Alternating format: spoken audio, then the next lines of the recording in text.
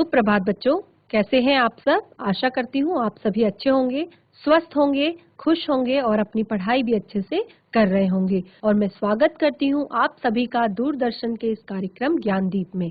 और हाँ, आज हम यहाँ पर एकत्रित हुए हैं क्लास 7 की हिंदी पढ़ने के लिए। और क्लास 7 की हिंदी में आज हम पढ़ेंगे आपकी पाठ्य पुस्तिका बसंत भाग 2 का पाठ 2 के लेखक हैं शिव प्रसाद सिंह जी। तो शिव प्रसाद सिंह जी की ये जो कहानी है, इसका नाम है दादी माँ।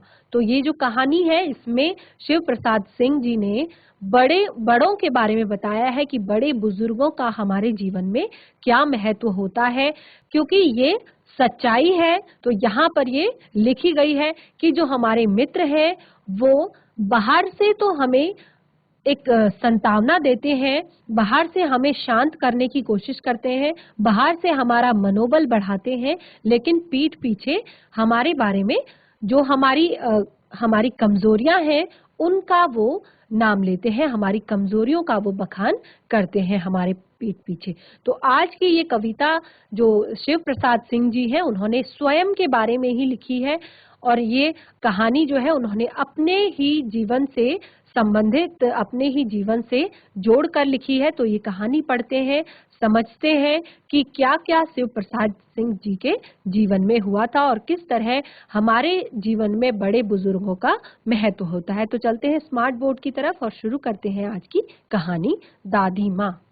तो यहाँ पर जो लेखक है इस पाठ के, क्योंकि ये जो पाठ है गद्य विधा में लिखा गया है, तो इसीलिए इसको हम कहानी के रूप में पढ़ेंगे। जो काव्य विधा में लिखा जाता है वो कविता के रूप में पढ़ा जाता है।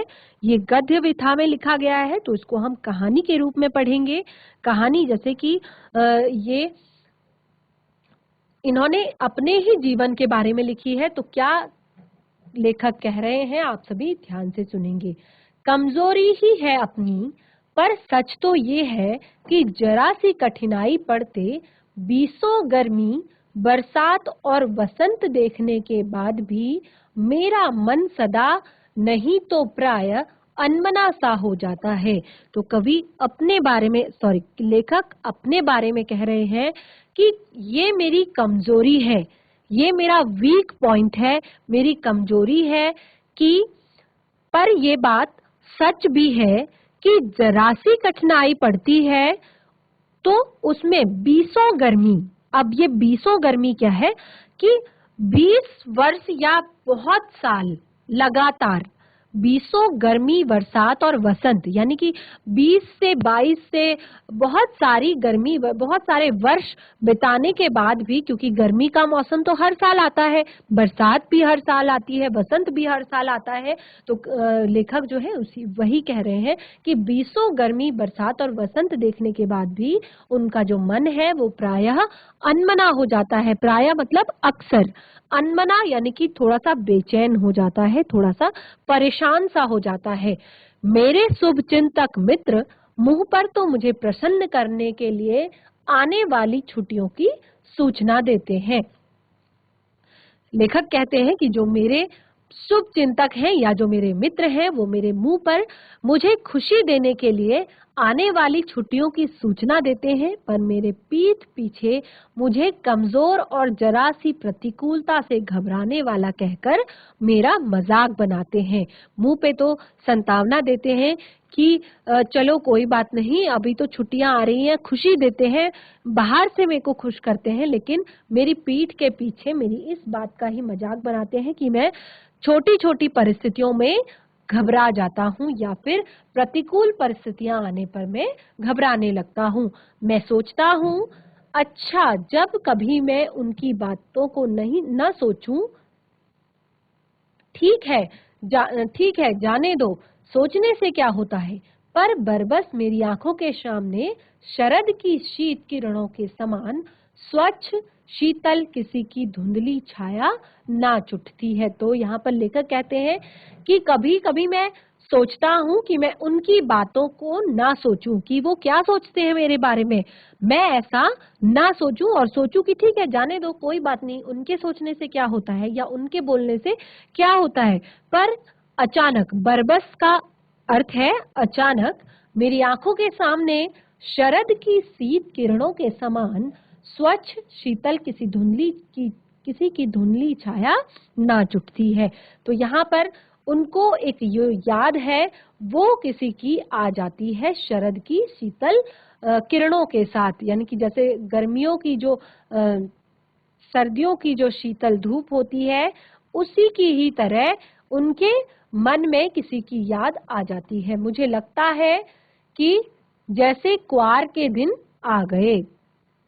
मेरे गांव के चारों ओर पानी ही पानी हिलोरे ले रहा है और दूर के सिवान से बहकर आए हुए मोथा और साई की अधगली घासें, घेउर और बन प्याज की जड़ें तथा नाना प्रकार की बरसाती घासों के बीच सूरज की गर्मी में खौलते हुए पानी में सड़क पर एक विचित्र गंध छोड़ जाते हैं। तो कवि को ये सारी चीजें, ये जो बातें हैं, ये जो कल्पनाएं हैं, वो इस प्रकार लग रही है कि जैसे क्वार के दिन आ गए होंगे और उनके गांव के चारों तरफ पानी भर गया होगा और उस पानी में दूर दूर इलाके से अलग अलग प्रकार की घासें बहकर आ गई होंगी और जब वो घासें बहकर वहां पर गल जाती है, सड़ जाती हैं, तो वो विचित्र गंध एक छोड़कर चली जाती हैं।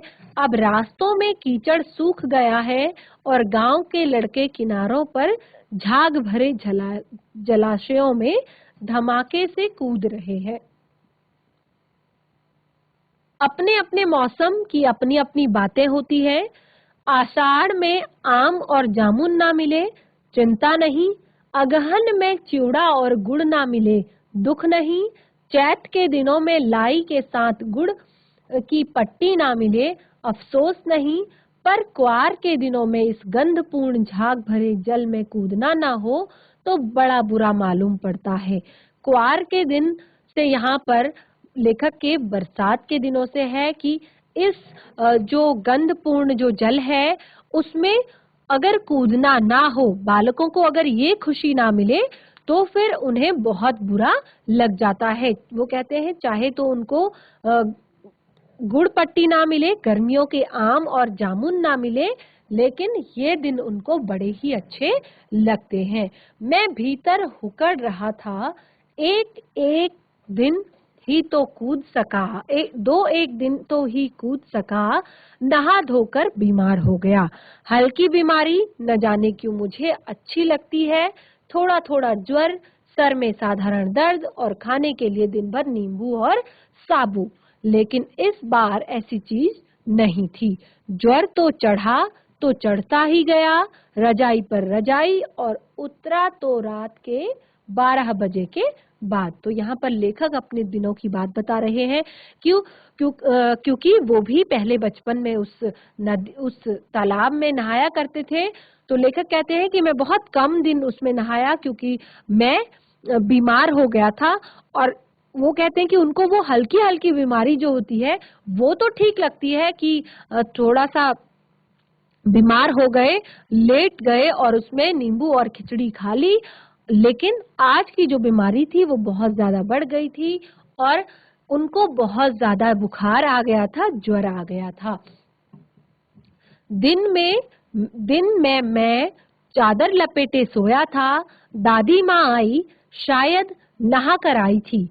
उसी झाग वाले जल में पतले दुबले स्नेह सने शरीर पर सफेद किनारहीन धोती, सन से सफेद बालों के सिरों पर सद टपके हुए जल की शीतलता आते ही उन्होंने सर पेट छुए, आंचल की गांठ खोली, किसी अदृश्य शक्तिधारी के चबूतरे की मिट्टी मुंह में डाली, माथे पर लगाई, दिन रात चारपाई के पास बैठी रहती। अगर आप कभी बीमार हो जाते हैं तो क्या होता है, आपके जो घर के बड़े बुजुर्ग होते हैं, बड़े लोग होते हैं, वो बहुत ज्यादा चिंतित हो जाते हैं, क्योंकि घर में अगर प्रेम खुशी का माहौल होता है तो वो बच्चों की खिलखिलाहट से ही होता है, बच्चों की बदमाशियों से ही होता है।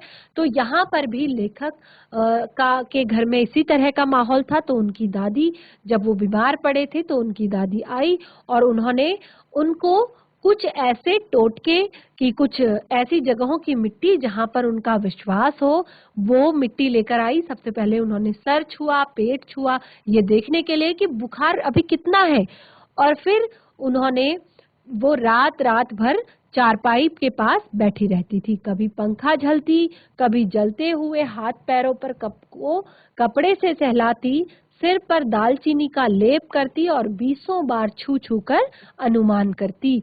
देखिए, माता पिता को तो अपने बच्चों की चिंता होती ही है, लेकिन दादा दादी बच्चों की और ज्यादा फिक्र करते हैं और ज्यादा उनसे प्रेम करते हैं। दादा दादी बच्चों के दुख को नहीं देख पाते। अगर माता पिता भी उन्हें कुछ डांट फटकार लगा देते हैं तो दादा दादी उन्हें बचा लेते हैं। तो यहाँ पर तो बुखार आने की बात थी, ज्वर आने की बात थी, बहुत ज्यादा बुखार उनको हो गया था लेखक को। तो उनकी दादी उनकी बहुत ज्यादा यहाँ पर सेवा टहल कर रही थी। कभी उनको पंखा चला देती, उनके लिए पंखा करती, कभी उनके हाथ पैरों को सहलाती, कभी सिर पर लेप लगाती, कभी बार बार छूकर देखती कि अभी तक उनका बुखार उतरा या नहीं, हांडी में पानी आया कि नहीं, उसने पीपल की छाल से छौंका कि नहीं, खिचड़ी में मूंग की दाल का एकदम मिल तो गई है। कई बार बीमार के घर में सीधे बाहर से आकर तो नहीं चला, कोई बीमार के घर में सीधे बाहर से आकर तो नहीं चला गया, आदि लाखों लाखों प्रश्न पूछकर घर वालों को परेशान कर देती थी। क्योंकि दादी बैठी रहती थी, जो लेखक है उनकी चारपाई के पास, और बार बार वो घर वालों को भी परेशान करती रहती थी, घर वालों से भी प्रश्न करती रहती थी, किसी ने पानी भर के लाए कि नहीं, या फिर पीपल की छाल से दाल को छौंका या नहीं, खिचड़ी में मूंग कम तो नहीं मिला दी, या फिर घर में बाहर से कोई व्यक्ति, क्योंकि जब कोई व्यक्ति बीमार होता है तो एकदम से बाहर से आकर उसके पास नहीं जाते, क्योंकि इन्फेक्शन और बीमारी फैलने का डर ज्यादा होता है। तो इसी बात पर दादी बार बार सबसे प्रश्न करती थी। दादी माँ को गवई गांव की 50 किस्मों की दवाओं के नाम याद थे। गांव में कोई भी बीमार होता उसके पास पहुंचती और वहां भी वही काम करती, हाथ छूना, माथा छूना, पेट छूना, फिर भूत से लेकर मलेरिया, सरसाम, निमोनिया तक का अनुमान विश्वास के साथ सुनाती। महामारी और विषुचिका के दिनों में रोज सवेरे उठकर स्नान के बाद लवंग और गुड़ मिश्रित जलधार, गुग्गल और धूप सफाई कोई उनसे सीख ले, क्योंकि दादी माँ है, बहुत ज्यादा जीवन के अनुभव उन्हें है। अभी तक उन्होंने अपने जीवन में जो भी सीखा है अपने अनुभवों से सीखा है। तो उन्हीं अनुभवों को वो गांव के जो लोग हैं, क्योंकि अब उन्होंने अपने जीवन के अंतिम पड़ाव में वो हैं, तो अब अभी तक के जो उनके जीवन के अनुभव रहे हैं उनमें उन्होंने जो भी दवाएं प्रयोग में लाई हैं, जो भी औषधियां वो प्रयोग में लाई है, उन्हीं से वो गांव के सभी व्यक्तियों को ठीक कर दिया करती थी। और बिल्कुल तरीका वही था कि जाती, उसके हाथ को छूती, पैर को छूती, माथे को छूती और फिर अनुमान लगाती कि शायद मलेरिया हो गया हो, निमोनिया हो गया हो या फिर अन्य कोई बीमारी। और फिर पूजा पाठ, इन सभी चीजों में भी दादी से कोई भी किसी का मुकाबला नहीं था। दवा में देरी होती, मिश्री या शहद खत्म हो जाता, चादर या गिलास नहीं बदले जाते तो वे जैसे पागल हो जाती, क्योंकि जो व्यक्ति जिस काम के प्रति अपना समर्पण जिस काम के लिए रखता हो, अगर उसको वो काम उस तरीके से ना मिले तो वो परेशान होना उसका स्वाभाविक है। क्योंकि यहाँ पर दादी जो थी वो साफ सफाई की भी बहुत ज्यादा साफ सफाई वाली भी थी, और ये दवा में देरी उनको बिल्कुल भी पसंद नहीं थी। घर में कोई भी चीज खत्म हो जाए जो कि किसी बीमार व्यक्ति से संबंधित हो तो ये उनको बिल्कुल भी बिल्कुल भी अच्छा नहीं लगता था, और खास तौर पे कि किसी बीमार व्यक्ति की चादर या गिलाफ नहीं बदले जाते, क्योंकि ये तो हमें वैसे भी सिखाया जाता है कि सफाई में अगर हम रहें, साफ सफाई अगर हम रखेंगे तो क्या होता है कि जो साफ सफाई अगर हम नहीं रखेंगे कि कोई भी बीमारी है उसके फैलने का ज्यादा से ज्यादा डर रहता है। तो अब बुखार तो मुझे अब भी आता है, नौकर पानी दे जाता है, मैं महाराज अपने मन से पकाकर खिचड़ी या साबू डॉक्टर साहब आकर नाड़ी देख जाते हैं, कुनैन और मिक्सचर की सीसी की तिताई के डर से बुखार भी भाग जाता है, पर न जाने क्यों ऐसा बुखार को बुलाने का जी नहीं होता। जैसे कि यहाँ पर लेखक ने पहले भी बताया था कि उन्हें पहले बीमार होना अच्छा लगता था। वो अच्छा उनको क्यों लगता था? क्योंकि उनकी दादी उनकी इस बीमारी में उनकी सेवा में लग जाती थी और ये उनको बहुत अच्छा लगता था। तो लेखक जिस समय उन्होंने ये कहानी लिखी है उस समय की बात करते हैं कि बुखार तो मुझे आज भी आता है, आज भी मैं बीमार होता हूँ। मेरा जो नौकर है वो मुझे पानी देकर चला जाता है, जो मैस यानी कि जो खाना बनाने वाले जो उनके महाराज है वो भी अपने मन से ही खिचड़ी या साबूदाना बना कर दे जाते हैं। डॉक्टर साहब भी आते हैं, नाड़ी भी देख लेते हैं, और आज का जो ये मेरा बुखार है ये इस कुनैन की मिक्सचर की सीसी की जो स्मेल होती है उसके डर से ही वो मेरा बुखार भाग जाता है, और आज के बुखार को मुझे बुलाने का जी बिल्कुल भी नहीं करता। आज के बुखार को मुझे बिल्कुल भी बुलाना अच्छा नहीं लगता। देख आप यहाँ पर जो ये चित्र यहाँ पर प्रस्तुत किया गया है, इस चित्र में आप देख भी सकते हैं।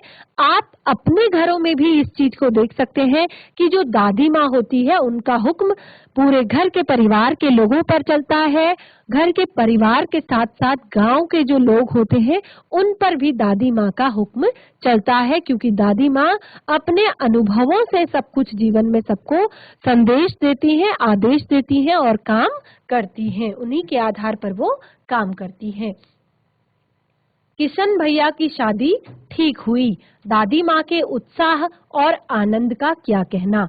दिन भर गायब रहती थी, सारा घर जैसे उन्होंने सिर पर उठा लिया। अब जो लेखक हैं वो अपने भाई की शादी के समय की बात कर रहे हैं। कहते हैं कि दादी माँ का जो उत्साह था, क्योंकि जैसे कि मैंने आपको बताया दादियों के लिए अपने बच्चों से ज्यादा उनके पोते प्रिय होते हैं, उनके नाती नातिन प्रिय होते हैं। तो अगर उनकी शादी की बात आ जाए, अगर कोई दादी उस उम्र तक ठीक ठाक रहती है तो उनके उत्साह का तो दुगना होना बिल्कुल यहाँ पर लाजमी है। तो दादी माँ का उत्साह और आनंद यहाँ पर देखने लायक था। वो दिन भर गायब रहती थी और सारे घर को उन्होंने सिर पर उठा रखा था। जब वो अपने पोते की एक छोटी सी बीमारी में इतना परेशान हो जाती थी, तो आज तो उसी पोते की शादी है। पड़ोसने आती, बहुत बुलाने पर भी दादी माँ आती। बहन बुरा मत मानना, कार परोजन का घर ठहरा, एक काम अपने हाथ से न करूं तो होने वाला नहीं। देखिए, ये आप अपने घर की भी बात यहाँ पर ले सकते हैं, क्योंकि जैसे कि मैं बार बार कह रही हूँ वो अपने अनुभवों को यहाँ पर व्यक्त करती हैं।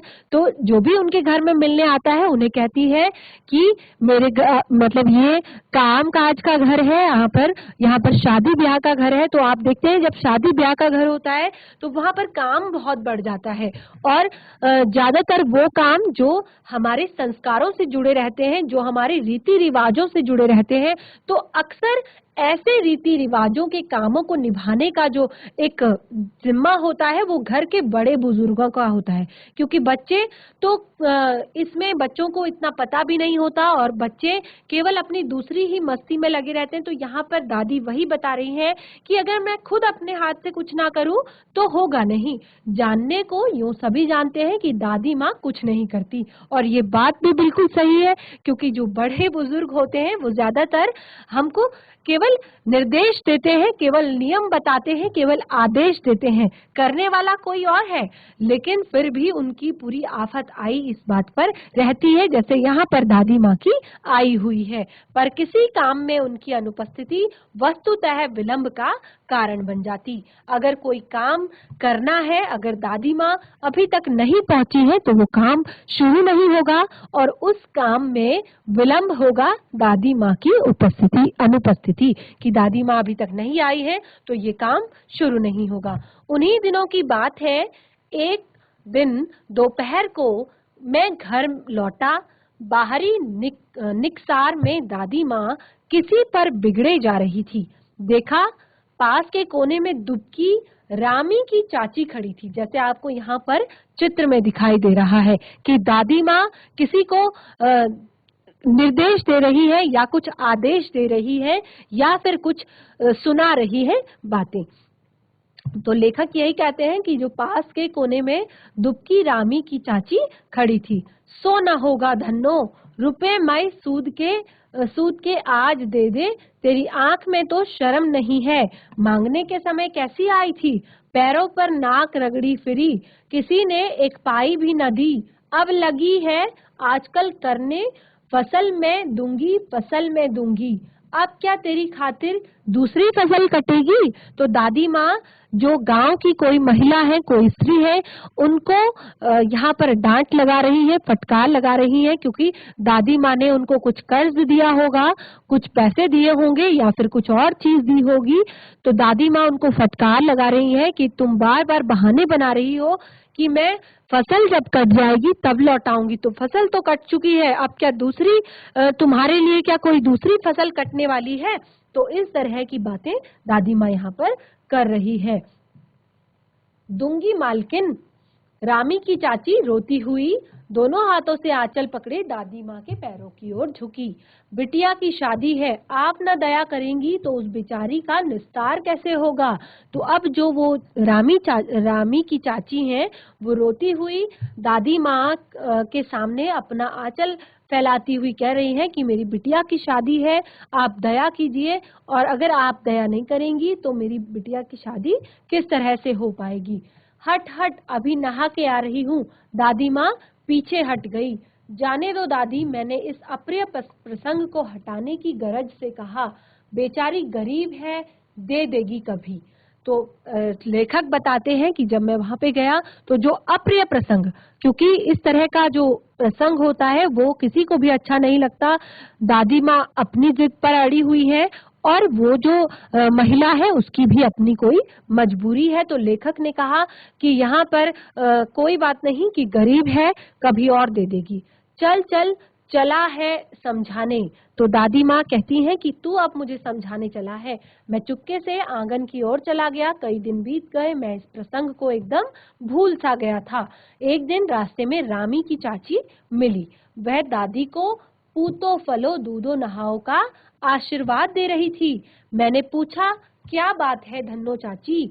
तो उसने विहल्ला होके कहा, उरिन हो गई बेटा, भगवान भला करे हमारी मालकिन का। कल ही आई थी, पीछे का सभी रुपया छोड़ दिया, ऊपर से 10 रुपए का नोट देकर बोली, देखना धन्नो, जैसी तेरी बेटी वैसी मेरी। 10-5 के लिए हंसाई न हो, देवता है बेटा देवता। तो यहाँ पर जो धन्नो है वो बता रही है किसको, लेखक को, कि आपकी जो दादी है, दादी को वो बहुत सारे आशीर्वाद दे रही थी। तो लेखक ने कहा कि ऐसा क्या हो गया कि आप आशीर्वाद दे रही हैं। तो उन्होंने कहा कि आपकी जो दादी है उन्होंने जो मेरा पिछला रुपया था वो माफ कर दिया है, ऊपर से मुझे पैसे दिए हैं और कहा है कि जैसी तेरी बेटी वैसी मेरी बेटी। उस रोज तो बहुत डांट रही थी। मैंने पूछा, तब लेखक को आश्चर्य हुआ और लेखक ने कहा कि उस रोज, यानी कि अब लेखक को वो दिन, वो पुरानी बात याद आ गई है और वो कह रहे हैं कि उस दिन तो वो आपको बहुत डांट रही थी। तो वो कहती है कि वह तो बड़े लोगों का काम है बापू, रुपया देकर डांटे भी तो लाभ क्या।